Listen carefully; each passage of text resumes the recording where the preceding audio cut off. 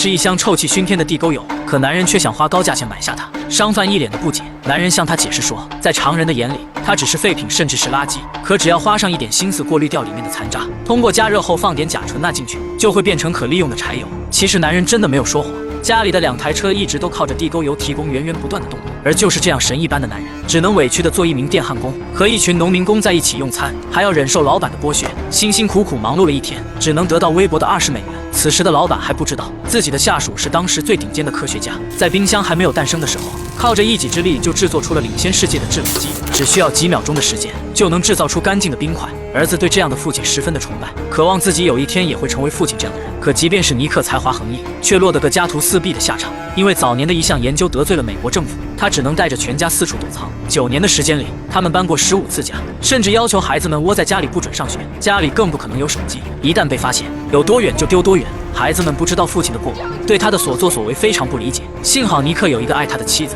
可苦逼的生活一旦久了，是个女人都会有脆弱的时候。他给母亲打电话准备借点钱，话刚到了嘴边又咽了回去。父母年龄大了，他不忍心再去剥削他们的养老金。可令他万万没想到的是，就是因为这一次通话，害得他们暴露了行踪。为了维持基本的生活质量，尼克曾匿名申请过一次专利。今天到了收获成果的时候，丽莎抱着文件一脸忐忑地交给了尼克。只要这个专利通过，他们一家就不用再过苦日子。可没过多久，查理就意识到父亲失败了，只能疯狂地摔打房门发泄不堪。到了晚上，尼克又恢复了往日的状态。接着他叫来妻子，拿出一大堆图纸，准备再一次搬家。但这一次和以往不同，他计划着造一艘船，常年漂泊在海上，就再也不会有人发现他们。丽莎也觉得这个主意很不错，可造船需要大量的资金，尼克只能厚着脸皮找到先前打工的老板，准备将心爱的制冷机卖给他。可没想到这个老板不识货，只能带着儿子失望而归。可就在返回的路上，发现一辆黑色轿车跟在自己的身后，尼克突然意识到有可能暴露，于是叫儿子找到对讲机。通过监听才发现，有大批的警察正在朝着他的家里赶。就在警察赶往尼克家的时候，先给兄弟们推荐我经常玩的，如果你圈子很小，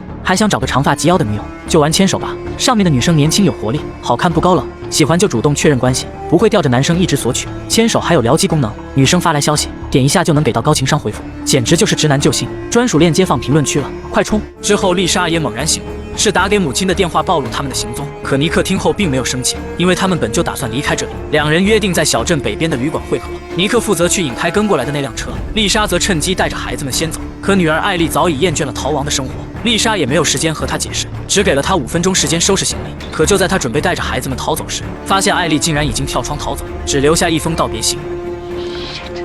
眼看着大批的警察朝着家的方向冲来，他只能带着儿子先行离开，总算借助桥洞的隐蔽逃过了警察的追踪。可尼克15次假，可还是被大批的警察发现他的行踪。但这一次男人决定反击，先是将车停到路边，之后他打开后备箱，将事先准备好的地刺铺到路中间，接着装成继续逃跑的样子。赶到的警察丝毫没有察觉被当场扎爆了车胎。本以为甩掉警察后就可以带着家人一起逃走，可刚赶到旅馆，发现女儿竟然不见了。他没有时间责备妻子，只能叫她带着儿子原地等待，独自去找女儿。可他从白天找到黑夜，翻遍了小镇的每个角落，也没有发现女儿的身影。此时警察已经赶到了他的家中，他们肆无忌惮地翻找，像是在寻找什么重要的东西。在与父母分开后，艾丽遭到了街边小混混的骚扰，她很害怕，于是打电话向外婆求助。找不到女儿的尼克突然想到了什么，拿起电话打了同样的号码。为防止被追踪，他没有吭声。老太太只喊了孙女的名字，尼克就猜到了女儿的去向。之后他来到火车站，果然在这里发现了惶恐不安的女儿。见到父亲后，艾丽就像是一个犯了错的孩子，请求父亲能将真相告诉他。可尼克觉得还不是时候，他答应艾丽，等到了安全地点之后再向她解释。可就在他们准备离开时，2名警察已经盯上了他们。尼克只能让女儿先走，自己留下来和警察周旋。可车还没开出去多远，就从后视镜发现父亲被警察一棍子电晕。情急之下，他将车开往另一个方向。在警察准备将尼克带回警局时，他直接从角落冲出来将警车撞翻。还没等警察反应过来，将父亲从后座拖出去。看着女儿勇敢的模样，尼克流露出欣慰的笑容。可周围到处都是警笛的声音，他们必须想办法逃出去。于是尼克叫女儿将车停在路边，随后打开一个下水井，一口恶臭扑面而来。但尼克并没有打算从下面逃走，只是将一个手电丢下去，之后带着女儿逃向另一边，并叫艾丽捡了一个没用的易拉罐，破开铁网后逃进一处贫民窟。这里鱼龙混杂，是个藏身的好地方。尼克带着女儿来到高处，朝窗外看去，只见2名警察正围着被打开的下水道，准备准备下去抓人，这也为他们争取到了打开手铐的时间。他叫女儿找到刚刚那个易拉罐，从上面切下来一块，刚好伸进钥匙孔，并指示他用力按压。可就在手铐打开的刹那，警察也发现自己被骗了，朝着他们的方向蜂拥而至。尼克只好带着女儿去和妻子会合。事情到这个地步，美国已经没有了他们的容身之处。尼克计划带着家人逃到墨西哥，但前提是他们必须要先搞钱。他刚走进老板的办公室，就发现一个发财的好机会，因为他偷看到了保险柜的密码。到了晚上，夫妻两人直接从窗户翻进来，输入密码后，保险柜应声打开，看着里面存放的大量现金，丽莎激动的双手颤抖，疯狂的往袋子里面装。可尼克却在这个时候玩起了电脑，想要带着家人逃离美国，就要找到一个靠谱的接头人。为了防止被追踪，小心谨慎地将对话加密处理，总算联系上墨西哥一个叫卡拉的人，答应尼克只要人到了那里就会帮助他们。之后他们找到一个熟人，介绍一个蛇头帮他们逃出美国边境。可令尼克没想到的是，蛇头早已金盆洗手，做起了正常的买卖。这时尼克注意到他身上的电子追踪器，猜到两人应该被政府特殊照顾，于是承诺能帮他们取下来还他们自由。况且他们的老家就在墨西哥，正好跟着尼克顺路逃回去，而且他还会支付大量的现金。面对如此的诱惑，蛇头总算被说动。可一旦对追踪器做手脚，他就会立马发出警告信号引来警察。于是指示儿子在车上铺满锡纸，这样信号就不会从车里发出去。再将拆下来的芯片装入手机，插上电源后原地放好。就算是被警察发现，也是几周之后的事情。到了那时候，他们也许已经穿越了美国的边境。临走前，他们还购入了大量汽油，并且选择走小路。可他们还是低估了美国警察的实力。在发现被骗后，不仅增加了边境巡警的数量，还聘用了当地大量的民兵充当志愿者，对沙漠深处全面搜查。尼克等人对此毫不知情。他们按照预定路线继续前进，可就在翻过一个山头后，蛇头突然将车停下来，在他们的前方出现了一辆皮卡车。由于距离太远，看不清对方是巡警还是游客，为了保险起见，蛇头提议原地等待。可尼克却强烈要求倒车换路。没想到这个时候，车轮却陷进了沙层，汽车的轰鸣声也吸引了皮卡车。等他们走近一点，才发现还真的是巡警。为了避免暴露，尼克只好下车去打招呼，笑着说自己是观鸟爱好者，带着全家来到这里只是为了看鸟。没想到对方还真的信了他的鬼话，好心的提醒他们边境时常有犯罪集团出没，最好在傍晚前离开这里。可万万没想到的是，巡警刚准备驾车离开，对讲机里就传来了指令。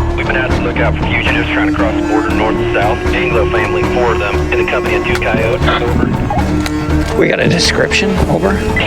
这名边境巡警突然意识到，眼前的红衣男人很可能是一名逃犯，于是他拿起冲锋枪，悄悄地叫上2名同伴，准备将其逮捕。可巡警还不知道，此时正有2名亡命徒严阵以待，握紧手枪，准备和他们来个鱼死网破。注意到车上还有2个孩子和1名妇女，巡警不想伤及无辜，准许他们举起双手先下车。尼克急忙提醒孩子们一定要将手举过头顶，因为这里是美国，稍有遮掩没准就会被误杀。等3人下车后，巡警才慢慢靠近车，警告2名蛇头下车投降。可其中一个蛇头目光突然变得凶狠，随着一阵枪声过后，刘湘已经被打得千疮百孔，可见刚刚的战斗是多么的惨烈。男人没有丝毫的犹豫，直接扣动扳机解决掉最后1名巡警。可他的哥哥也不幸惨死。更糟糕的是，不远处沙漠中尘埃四起，原来是刚刚的枪声吸引了更多的巡警，他们只能被迫丢掉汽车。如今只剩下1桶水，而且失去汽车后，他们只能靠着双腿走出边境。可茫茫沙漠谈何容易？更可怕的是，因为刚刚的事情，几人出现了分歧。乔伊一直对哥哥的死耿耿于怀，他将一切的错全都怪在尼克头上。2人开始不停的争吵，甚至大打出手。要不是家人的阻拦，尼克没准就被他当场打死。发泄完后，乔伊总算冷静下来，他心里比谁都清楚，枪杀警察是重罪，美国已经没有了他的容身之处，只能随同尼克他们一起返回墨西哥。这里距离边境还有2天的路程，如果找不到更多的水，他们很可能就渴死在半路。可尼克并没有打算直接走过去，他发现5公里外有一处信号塔，只要到了那里，乔伊可以打电话给朋友求他们帮忙。尼克愿意付给他更多的现金。在现金的诱惑下，乔伊暂且放下了仇恨，决定和他们一同上路。可还没走出去1公里，他们就遇到了一架武装直升机。看来边境巡警一直没打算放过他。幸好不远处有个原住民废墟，几人马不停蹄地躲进去，才逃过一劫。可飞机刚刚飞走，他们就看到了令他们终身难忘的一幕：角落里躺着一具干尸。为了避免孩子们心里留下阴影，尼克叫乔伊带着孩子们先出去，自己则来到尸体旁大收特收。他找到了一个没有喝干的水壶，在临死前，人们习惯性将最有利的东西留到最后，希望自己可以走得更远一点。没想到还是无福消受，这也便宜了他们。尼克将宝贵的水源倒进自己的桶里，之后按照预定线路继续赶路。为了尽快赶到信号塔，他们选择了一条捷径。可同样想法的人有很多，如今却已经变成了干瘪的尸体，散布在山道的每个角落。可尼克非但没有害怕，命令同伴们搜刮他们的衣服，凡是能用的都带上。男孩在一个背包里发现了一把破旧的手枪，但他并没有告诉父亲，而是偷偷地装进自己的包里。这条路乔伊走了无数次，每次都习惯惯性的点燃神像上的蜡烛悼念死者。没想到这一次惹来了大麻烦，因为不远处出现了一群偷渡者，并且有2名蛇头领路。乔伊赶紧叫众人躲起来，因为在他们这一行里有一个不成文的规定，路上不管遇到什么人都要斩草除根，为的就是防止渡人的事情外泄。他们刚藏好，蛇头已经带着一群人来到眼前，他们当中很多人还带着孩子。可糟糕的是，其中的一个男人也像乔伊一样，习惯性的来到神像前悼念死者，这也让他发现了点燃的蜡烛，脑袋灵光一闪，这里有人，拔出枪警觉地看向四周。也就是在这个时候，男孩猛然察觉到身后一阵微凉，转过身一看，竟然是一条吐着迅子的毒蛇，还好被乔伊一把抓住丢了出去。可他也被咬伤胳膊，痛得满头大汗，但也不敢发出声音，因为外面拿枪的男人离他们很近。幸好看到爬过来一条毒蛇后，男人也放松了警惕，只是开枪将其打死，转身带着偷渡者们继续赶路。丽莎赶紧帮乔伊绑扎好伤口。随着时间的推移，乔伊的身体已经逐渐被毒液侵袭，变得越来越虚弱。尼克递来最后一口水让他喝下，可这也不足以缓解乔伊的症状。果然没走多远他就昏死过去，恍惚间似乎产生了幻觉，他伸出手缓缓摸向天空，只见漫天的蝴蝶从眼前飞过。此时的尼克等人才意识到，那蝴蝶竟然是真的。顺着蝴蝶的方向看去，不远处就是他们心心念念的信号塔，可从外观上看已经很久没用了。尼克操起一把钳子对准钥匙孔用力一拍，大门虽然打开了，可里面早已经是破败不堪。看到如此情况，尼克心头一紧，先是取下其中一个线头，之后连接到自己的手机上。在开机的瞬间，众人十分的紧张，如果没有信号，那就意味着将要渴死在茫茫的沙漠。还好手机搜索到了网络，乔伊赶紧拿起电话打给朋友，约定在1公里外的废墟集合。可通完电话后，乔伊也到达了极限，晕了过去，只好做了一个临时担架，一路拖着他赶往目的地。一段时间后，不远处出现2辆越野车，下来的是2名壮汉，邀请尼克一家先上车，光头则留下来照顾受伤的乔伊。到了晚上，他们被带到了一处神秘庄园，大卫热情地招待了他们。可在安顿好他们之后，大卫悄悄地赶到一处神秘住所，受伤的乔伊被安顿在这里。原来2人早就认识，而且在他们的背后有一个共同的老板，也就是大卫的姐姐。乔伊之所以离开墨西哥逃往美国，为的就是逃离这个女人的魔爪。如今他再一次狼入虎穴，为了自保，只能将尼克的事情泄露给了大卫，希望他能在老女人的面前帮自己求情。但他唯一的条件就是不要伤害到尼克的家人。此时尼克等人还不知道，就这样稀里糊涂的被卖了出去。可看着外面持枪的守卫，丽莎隐约感觉到哪里不对劲，仿佛这些守卫有意在监视着他们。夫妻2人都感受到了不安，于是决定明天一早就带着孩子离开这里。可第2天一早，大卫的儿子偷偷地敲响了查理的房门，随后带着他四处参观，接着又带他去打猎。其实这都是大卫的安排，只要拴住他们的儿子，他们想走也走不了。毫不知情的尼克找到大卫，先是感谢他对家人的帮助，坦言自己今天就想带着家人离开。听到这句话后，大卫一改昨晚热情的嘴脸，义正言辞地告诉尼克他走不了，因为今晚有一个重要的晚宴需要他们参加。从他的言语中，尼克感受到一丝威胁，为了家人的安全，他暂时妥协。在与乔伊分开后，丽莎一直担心乔伊的安危，于是带着女儿赶过来看望。可面对2人的到来，乔伊的脸上看不出一丝的喜悦，从他的眼神里，丽莎看到了一种可怕的东西，那是一种昧着良心达成某种交易才会有的眼神。此时的丽莎才预感到情况不妙，于是小声提醒艾丽赶紧去找弟弟。可他们刚准备返回房间，不远处就传来枪声。丽莎担心起儿子的安危，想要去寻找，却被2名壮汉强行拉进房间，就算是想出个门都不被允许。这时庄园里来了一个神秘人，也就是大卫和乔伊的幕后老板。令人没想到的是，这个老妖婆子专挑嫩草啃。乔伊之所以离开墨西哥逃往美国，就是不想继续被这个老妖婆子玩弄。可如今落到他的手里，难免会遭受一些非人的对待。只见他举起一把剪刀，命令男人将舌头伸出来，接着将利刃顶到他的舌根。因为乔伊曾经背叛自己，从墨西哥逃往美国，老女人为了泄愤，竟然想剪断他的舌头。可思来想去，他又舍不得，于是割断了几根发丝当做惩罚。之所以放过他，就是因为乔伊不仅乖乖地回到他的身边，还带回来一份大礼，也就是尼克一家。为了能尽快带着家人逃离这个庄园，尼克翻遍房间的每个角落，但也没找到什么可用的东西。这时他灵光一闪，猜测乔伊恨的只是他一人，因为在整个沙漠之行当中，他对妻子和女儿十分照顾，或许他并没有坑害自己家人的想法。于是将一张纸和一支笔递给女儿艾丽，希望她给乔伊写一封求救信，能写多惨就写多惨。之后他们买通经常服侍自己的服务员，暗中送给乔伊。等他打开信后，才恍然大悟，原来大卫和老女人并没有信守诺言，连尼克的家人也不想放过。至于能否逃出老女人的魔掌，一家人只能寄希望乔伊能大发善心。不久后，他们被迫参加晚宴，老女人刚在 C 位上坐下来，形势立马变得紧张。可丽莎并没有害怕，迫切地想知道自己的儿子被他们弄到了哪里。老女人回答说，只是和自己的侄儿子出去打猎，没必要那么紧张，只要他一点头就会被带回来。接着饶有兴趣地看向尼克，询问他是不是为美国政府工作，坦言说自己一个重要的朋友被关押在科罗拉多州的一所监狱，如果用尼克进行交换，没准他的朋友就能获得自由。这可把尼克吓坏了，费了这么大的劲才逃出来，又怎么会这么轻易的就被送回去？急忙解释说自己虽然曾经为安全局工作，但对他们来说应该毫无价值。可老女人哪有那么好骗？还没等他话说完，拿起桌上的铃铛轻轻一摇，之后就看见2名持枪的壮汉朝着餐厅跑来。丽莎本能的反抗却被一拳打倒，可没想到就在这个关键时刻，服务员接到了一个视频电话，看到侄儿子被乔伊拿枪指着头，老女人差点被气得当场吐血。而乔伊唯一的要求就是放了这些无辜的美国佬，并还给自己自由，不然他就打爆男孩的头。听到这个结果，丽莎的心里像是吃了定心丸，对着老女人信誓旦旦地说，只要她不点头就不会放人。听到这句话后，老女人脸都快气歪了，可为了侄儿子的安全，只能不情愿地叫手下放人。一番波折后，丽莎等人潇洒地走出大厅，大卫命令门口的守卫放下枪，丽莎则趁机夺过来一把，之后打爆车胎，防止老女人从后面追击。见到这挑衅的一幕，老女人气得差点当场吐血，但也无可奈何。等他们赶到猎场和乔伊会合，尼克信守诺言放了男孩。整整一个晚上，他们都没敢停车，天亮前就赶到了墨西哥边境。可这时尼克却动起了私心，他叫丽莎将车停在路边，不远处是一个巴士车站，希望和乔伊在这里分道扬镳。也就是因为他这一句话，乔伊也被彻底激怒，老子拼死拼活救了你们一家，这功夫竟然想卸磨杀驴，直接拿起枪对准了尼克的头。此时的乔伊已经被气昏了头，从始至终他都不喜欢尼克这个人，即便是他已经逃离了美国，身上依旧带着那种高傲自私的本性，以为只要有钱就能从别人的手里夺走任何想要的东西。也就在两人争执的时候，不远处的查理已经悄悄地握紧了腰间的手枪，随时准备将乔伊击杀。可这时却发生了一个惊天逆转，也许是因为惊吓过度，尼克竟然悲催地当众尿了裤子，在家人面前丢尽了脸。见到父亲如此的窝囊，查理心中父亲的形象荡然无存，忍气吞声地将一口恶气咽了回去。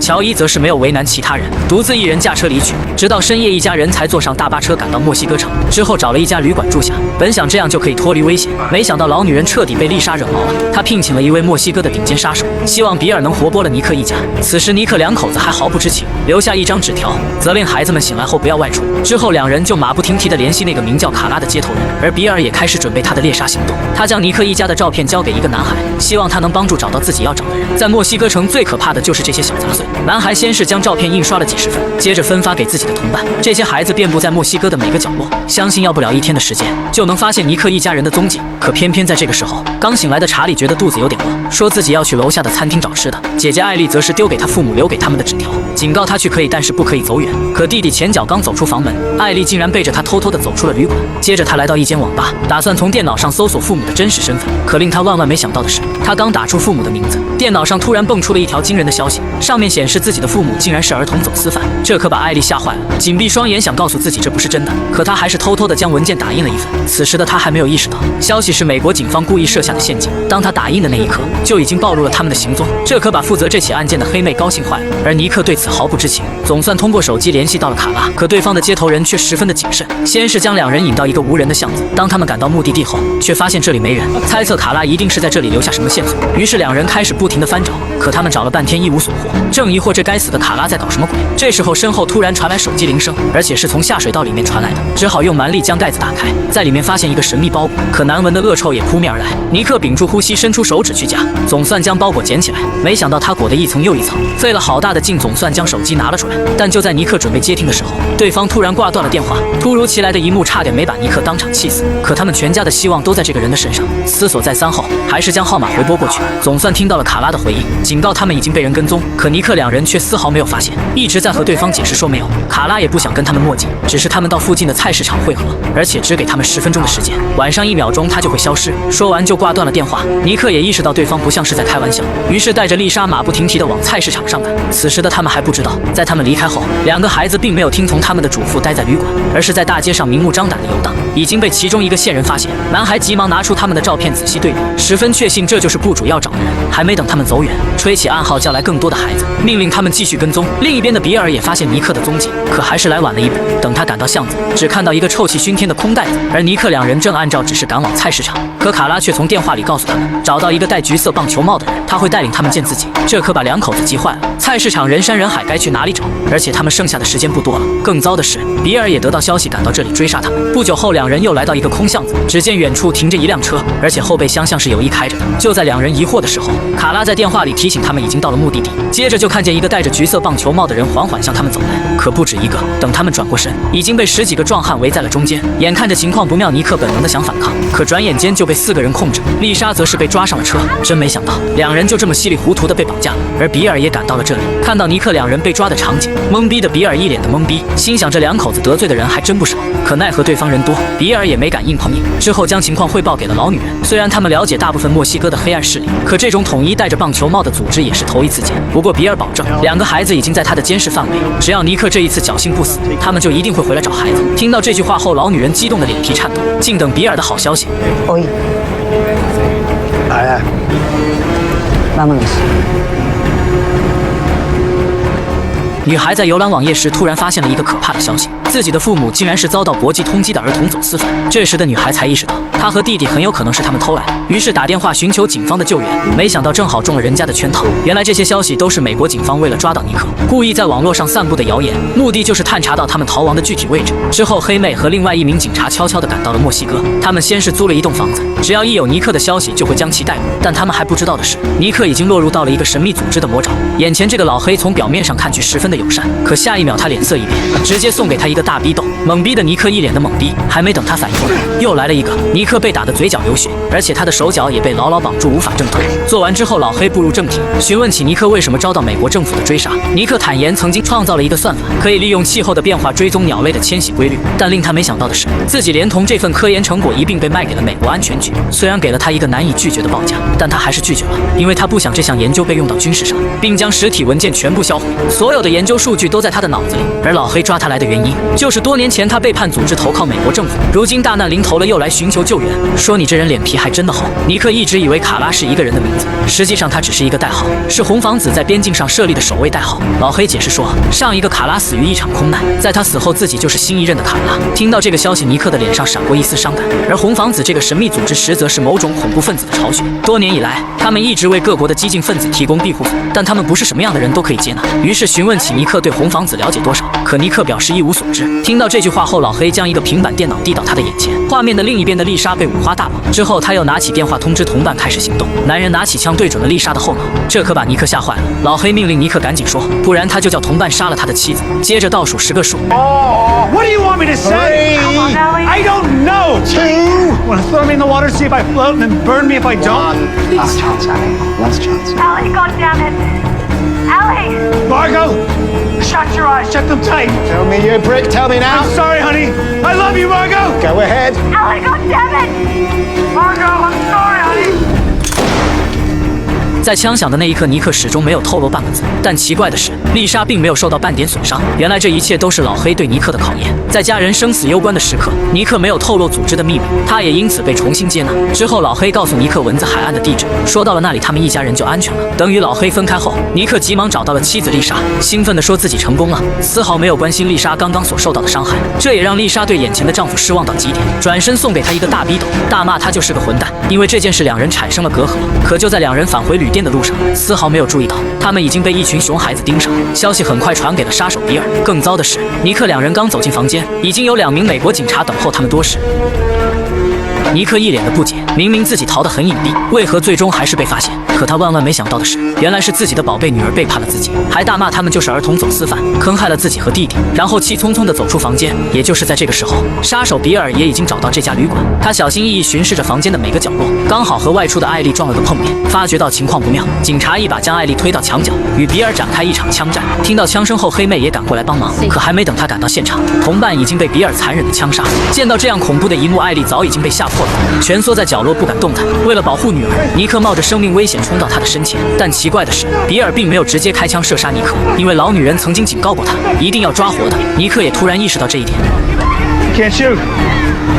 于是赶紧拉着女儿逃离枪口。也就在双方僵持不下的时候，不远处的街道上正有大批的警察朝着旅馆的方向赶。可听到警铃声的比尔没有一丝慌张，反观黑妹却预感到大事不妙，告诉尼克等人先走，自己留下来断后。可他万万没想到的是，比尔还有其他的帮手。也就在2人对峙的时候，丝毫没注意到身后突然出现一个男孩。只见他手里甩出一把锋利的水果刀，然后悄悄地走到黑妹的身后，先是朝着她的大腿上来了一刀，接着又连数刀将黑妹活活捅死。更诡异的是，赶过来的警察并没有惩治罪犯，而是帮忙收尸。真没想到这是一个黑白颠倒的城市。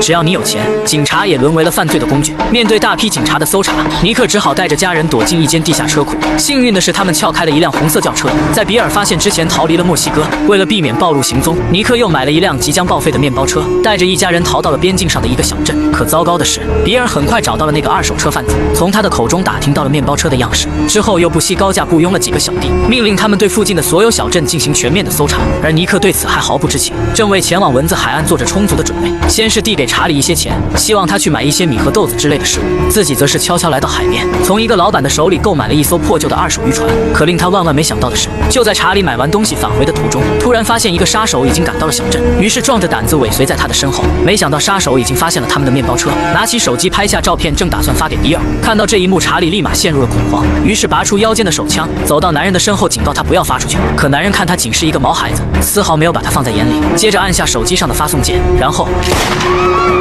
听到枪声后，尼克察觉到情况不妙。等他们赶到案发现场，警察已经将查理带走，他们又不能明目张胆的去抢，只能暂且离开，再另想办法。可令尼克万万没想到的是，虽然这个小镇十分的偏远，但警察局却是坚不可摧。角落里遍布着放哨的警察，如何救出儿子成了最大的难题。这名国际通缉犯突然来到警察局的门前，目不转睛地盯着脚下，因为从那里传来了流水的声音。之后他悄悄地来到不远处的污水口，确定流水的上游就是警察局的底部，这也让他萌生了一个可怕的想法，他要劫狱。紧接着他沿着相反的方向顺着井盖一路寻找，总算在1公里外找到了出水口。劫狱的方案有了，之所以这么冒险，就是因为在1个小时前，儿子因为持枪被警察关进了大牢。今晚又是1年1度的万圣节，到了那个时候，警察局只会留下1名警员看守，这也是他们救人的最佳时机。尼克给每个人分配好任务之后，一人驾着皮划艇赶到出水口，只是艾丽在上面放风，自己则带上一把锤子钻进下水道，一路来到警察局建筑的底部，将那把锤子倒挂在下水口，然后他原路返回。千万不要小看这把锤子，这可是他带着儿子成功越狱的关键。可除了要对付警察之外，更令人头疼的就是那个杀手。比尔刚得到消息，就朝着尼克所在的小镇方向赶，而且距离不到8公里。总算等到了晚上，尼克和女儿艾丽乔装打扮来到警局门口，他们现在要做的就是引出里面唯一的警察。分配好任务后，两人就此分开。尼克先是找到妻子丽莎，只是对方打自己一拳，没想到丽莎下手真的够狠，连日的怨气在这一刻全部发泄出来。尼克被打得口吐鲜血，两眼昏花，但也达到了预期的效果。接着他来到警局，假装自己被抢劫了。也就在警察询问的时候，外面的艾丽已经开始制造恐慌，她将棉线插进油箱，用火机点燃。比尔刚赶到这里，就看见尼克的面包车，正准备上前查看，可下一秒，爆炸声瞬间吸引了里面的警察，警告尼克待在这里别动，准备去查看情况。这也留给了尼克充足的救人时间，在一件衣服里找到了牢门的钥匙。可糟糕的是，外面的比尔已经带着手下挟持警察闯进警局，同时也听到了开门的声音。等他走进来，发现尼克已经将大门从里面反锁，不由得开始嘲笑尼克真是个天才，竟然傻到将自己关进了监狱。可他哪里知道，尼克为了救出儿子做了充足的准备，没多久就将儿子从大牢里放了出来。You okay? 之后他们来到一间杂物间，而下水孔上挂着的正是先前准备的锤子，只要破开盖子，两人就能逃出去。为了确保不被比尔发现，尼克从抽屉里掏出来一大堆文件甩到地上，只是查理按照同样的方法将房间彻底弄乱。之后他又敲碎墙上的百叶窗，再铺上一条毛巾，伪装成从窗户逃跑的假象。此时比尔已经带着手下冲进来，只是手下朝着门锁射击。也就是在门被打开的刹那，两人已经通过下水口逃走。尼克利用抽屉刚好遮挡住洞口，没有被比尔发现。看着混乱不堪的房间以及墙上破开的百叶窗，比尔还真的误以为两人是从窗户逃走，殊不知尼克两人早已爬上了皮划艇，神不知鬼不觉地逃离了小镇。等到了第二天，一家人登上尼克事先准备好的渔船，准备前往蚊子海岸。尼克满脸的笑意，打算一到那里带着家人开始新的生活。可丽莎却是一脸的愁容，因为她心里十分的清楚，虽然他们侥幸逃过了一劫，可只要跟着这个男人，她和孩子们一定没有好日子。到了这里，蚊子海岸第1季全季终结。至于尼克一家到了蚊子海岸的遭遇，只能在第2季揭晓。喜欢这类题材的小伙伴们，下期见。